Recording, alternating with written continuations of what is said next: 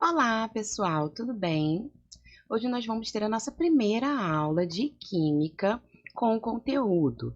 E na aula de hoje, nós vamos rever um pouquinho as propriedades físicas que a gente tem para os compostos. Bom, vamos começar lembrando os estados físicos da matéria. Quando a gente fala em estado físico, a gente tem o sólido, o líquido e o gasoso. E qual é a diferença entre esses três estados? Basicamente, é a ordenação das moléculas. O estado sólido, as moléculas estão todas ordenadas e muito próximas umas das outras. Então, as moléculas ficam todas coladinhas dentro de uma estrutura ordenada, ou seja, cada molécula tem um espaço específico para ocupar. No caso da água, a gente tem a água no estado sólido na forma de gelo. Quando a gente está no estado líquido, a gente já tem as moléculas um pouquinho afastadas umas das outras. Então, a gente perde aquela ordenação de cada molécula ocupando seu espaço específico, as moléculas ficam mais soltas, mais dispersas e com uma distância maior umas das outras. E aí a gente tem, no caso da água, aquela forma líquida que a gente conhece. No estado gasoso, as moléculas não interagem entre si.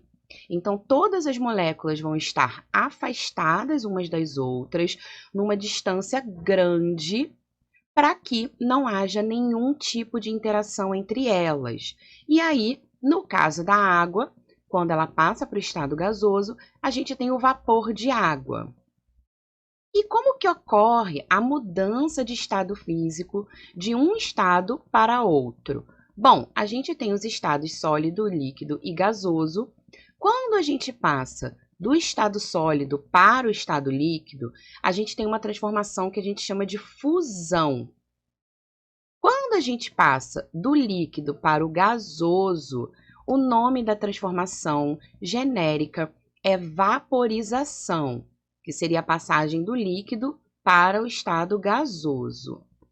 Já no sentido inverso, quando a gente passa do gasoso para o líquido, o nome da transformação é condensação, e do líquido para o sólido, nós temos a solidificação.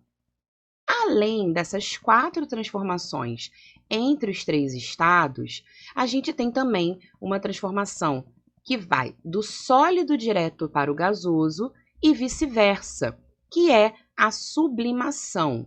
Existem poucas substâncias que fazem o processo de sublimação, seja ele do sólido para o gasoso ou do gasoso para o sólido. E um exemplo que a gente tem de substância do dia a dia que faz sublimação é a naftalina. A naftalina, aquela bolinha branca que é utilizada para espantar insetos, ela é uma substância que passa direto do estado sólido para o estado gasoso. Então, toda substância que faz sublimação, ela pula o estado líquido e faz as conversões diretas.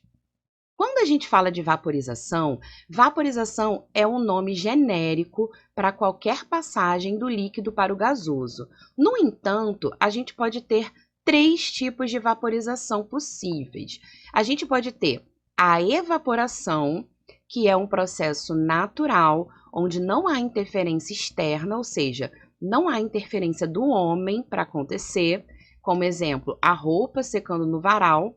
Então, a roupa vai perder a água que está depositada na superfície da roupa vai evaporar devido à ação do calor do ambiente, assim como uma poça de água evapora com o calor do ambiente. A gente tem também a ebulição. A ebulição já é um processo forçado com aquecimento externo, ou seja, você tem a interferência do homem, como, por exemplo, uma panela de água fervendo. A panela de água só irá ferver se você acender o fogão. Então, há um aquecimento externo para forçar essa passagem do estado líquido para o estado gasoso. E, em terceiro lugar, nós temos a calefação, que é uma passagem também forçada do estado líquido para o estado gasoso, porém, além dela ser forçada, ela é instantânea. A calefação acontece, por exemplo, quando você joga uma gota de água em uma panela quente, que a gota, quando encosta na superfície da panela, ela rapidamente evapora. Então, toda vez que esse processo for instantâneo ou quase instantâneo, a gente tem o tipo de vaporização chamado de calefação. Todas essas transformações, elas podem ser observadas no ciclo da água. O ciclo da água, que vocês já estudaram, a gente tem um rio ou um lago, ou até mesmo as águas dos mares, que vai sofrer um processo de evaporação, porque é uma vaporização natural, acontece no meio ambiente, e vai acontecer com a ação do Sol. Essa evaporação vai levar as moléculas de água para as nuvens, que vão se acumular até que chegue um determinado momento, com o acúmulo de moléculas de água nas nuvens e também com a baixa da temperatura, caso haja uma frente fria, vai sofrer o processo de condensação, ou seja, as moléculas de água que estão no estado gasoso vão retornar para o estado líquido e vão precipitar sob a forma de chuva. Precipitação é um sinônimo que a gente tem para chuva, tá certo? Essa água, ela cai no solo e também na vegetação, e ela pode infiltrar pelo solo para voltar aos leitos dos rios, ou a gente pode ter também a transpiração dos seres vivos, que vai fazer com que moléculas de água passem para o estado gasoso para o ar e cheguem novamente até as nuvens. Então, os seres vivos, eles têm essa capacidade de transpiração. Não só o homem, como diversos outros seres vivos fazem o processo de transpiração e jogam moléculas de água na atmosfera. Quando a gente fala de mudança de estado físico, na verdade a gente está falando de temperatura ou ponto de fusão e ponto de ebulição. E o que são essas temperaturas? A temperatura de fusão, que a gente pode simbolizar por TF, é a temperatura na qual a substância passa do estado sólido para o estado líquido, ou seja, é a temperatura em que a gente tem a fusão da substância. Já a temperatura de ebulição é a temperatura na qual a substância passa do estado líquido para o estado gasoso. Uma coisa muito importante, tanto a temperatura de fusão quanto a temperatura de ebulição, elas são valores que valem também no sentido contrário. Ou seja, se você tem uma substância no estado gasoso, ela só vai condensar quando ela atingir a temperatura de ebulição. E ela só vai solidificar quando ela atingir a temperatura de fusão, porque a temperatura de fusão e de ebulição são temperaturas que ocorrem mudança de estado físico, seja no sentido do aquecimento, seja no sentido do resfriamento.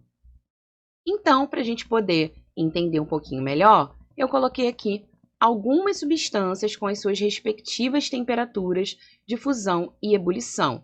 O etanol, que é o álcool presente no álcool 70, a temperatura de fusão dele é menos 114 graus Celsius e a temperatura de ebulição 78 graus Celsius. A água, a temperatura de fusão da água é 0 graus Celsius e a temperatura de ebulição é 100 graus Celsius. E aqui a gente tem o naftaleno, que é a substância da qual é feita a naftalina. A sua temperatura de fusão é 80 graus Celsius e a de ebulição é 217 graus Celsius. Todos os valores de temperatura de fusão e ebulição, eles são medidos para uma determinada pressão. Então, se eu altero a pressão, eu altero também os valores da temperatura de fusão e ebulição. E a gente vai estudar isso um pouco mais à frente, tá certo? Todas as mudanças de estado físico, elas podem ser representadas através de um gráfico de aquecimento ou um diagrama de aquecimento. Aqui, a gente tem o diagrama de aquecimento da água. E o que a gente pode observar? No eixo Y, a gente tem a variação de temperatura e no eixo X nós temos o tempo em que essas variações ocorrem. A gente tem aqui duas temperaturas marcadas, 0 graus Celsius e 100 graus Celsius, que são a temperatura de fusão e a temperatura de ebulição da água. Abaixo do 0 graus Celsius, ou seja, em temperaturas negativas, a água está no seu estado sólido, ou seja, ela está na forma de gelo. Você vai aumentando a temperatura do gelo até que ele atinge 0 graus. Quando o gelo atinge 0 graus, ele começa a derreter, ou seja, a gente tem a fusão da água. Durante a fusão, eu tenho o estado sólido passando para o estado líquido. Então, eu tenho a mistura dos dois estados físicos durante todo o tempo da fusão. E durante a fusão, a temperatura não é alterada. Então, se o processo de fusão demorar 5 minutos, a gente vai ficar com a mistura de gelo e água na temperatura de 0 graus por 5 minutos. Se ela durar 15 minutos, a gente vai ter essa mistura de gelo com água a 0 graus Celsius por 15 minutos. Então, durante a mudança de estado físico, não há mudança na temperatura. Aí, quando todo o gelo for convertido em água líquida, a gente começa a aquecer novamente. Então, nessa região do gráfico, a gente tem a água líquida sendo aquecida até atingir 100 graus Celsius. Quando a água líquida atinge 100 graus Celsius, ela começa a evaporar. Então, a gente tem aqui a ebulição da água, onde a gente vai ter a mistura do estado líquido com o estado vapor ou estado gasoso. E, mais uma vez, como eu estou fazendo a mudança de estado físico, durante todo o tempo em que a ebulição estiver acontecendo, a minha temperatura permanece constante em 100 graus Celsius, certo? Depois que toda a água líquida passar para o estado vapor, eu posso continuar o aquecimento do vapor de água, tá certo? Então, muito importante, todas as mudanças de estado físico, elas sempre ocorrem a temperatura constante, tá certo? Eu só modifico a temperatura quando eu estou aquecendo uma substância no próprio estado físico dela. Então, quando eu estou aquecendo gelo, aquecendo água líquida ou aquecendo vapor de água. Isso também vale para o resfriamento das substâncias. É o mesmo processo, só que ao invés do gráfico começar embaixo e subir, o gráfico vai começar em cima e vai descer. Então, vamos praticar aqui um exercício. Qual o estado físico de cada uma das substâncias abaixo quando colocadas em um ambiente que se encontra a 50 graus Celsius? A gente tem aqui 4 substâncias, mercúrio, amônia, benzeno e naftaleno, com as suas respectivas temperaturas de fusão e ebulição. Como a gente faz um exercício deste tipo? Bom, a temperatura de fusão, ela separa o sólido do líquido. Então, a gente pode colocar que qualquer valor de temperatura abaixo da fusão vai a substância estar no estado sólido. Entre a fusão e a ebulição, a minha substância vai estar no estado líquido. E acima da temperatura de ebulição, a substância vai estar no estado gasoso. Então, se ele quer saber qual o estado físico dessas substâncias a 50 graus Celsius, o que a gente faz? A gente localiza os 50 graus Celsius nessa tabela. Para o mercúrio, eu tenho menos 38,87 e 356,9. Então, 50 graus Celsius vai cair aqui no meio entre esses dois valores. A amônia, eu tenho menos 77,7, menos 33,4. Então, os 50 vai cair acima do menos 33,4. Já o benzeno, eu tenho 5,5 e 80,1. Os 50 graus Celsius vão cair entre esses dois valores. E para o naftaleno, os 50 vai cair abaixo da temperatura de fusão. Ou seja, o mercúrio vai estar no estado líquido, a amônia vai estar no estado gasoso, o benzeno no estado líquido e o naftaleno no estado sólido.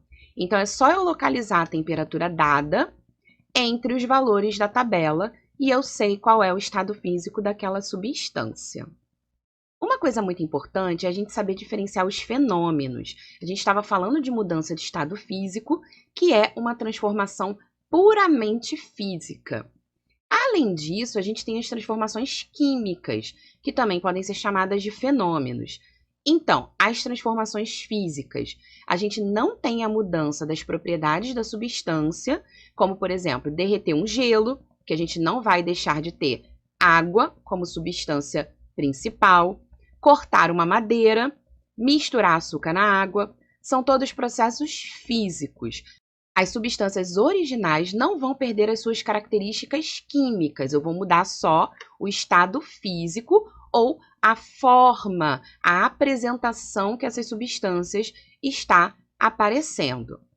Já nas transformações químicas, eu mudo as propriedades da substância, ou seja, ocorre uma reação química, como, por exemplo, na queima da gasolina, no apodrecimento de alimentos e na formação da ferrugem.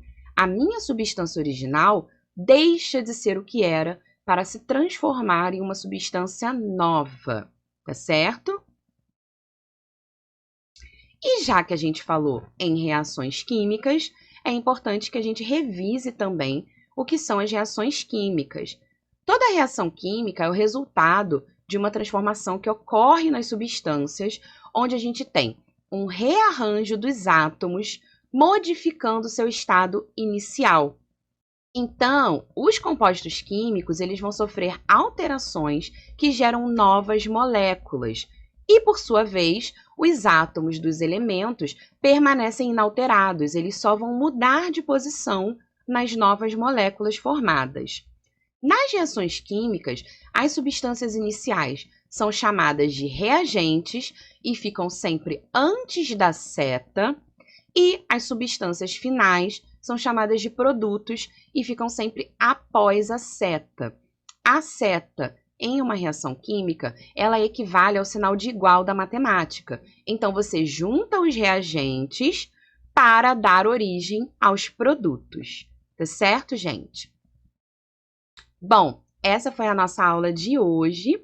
Espero que vocês tenham entendido e até a próxima!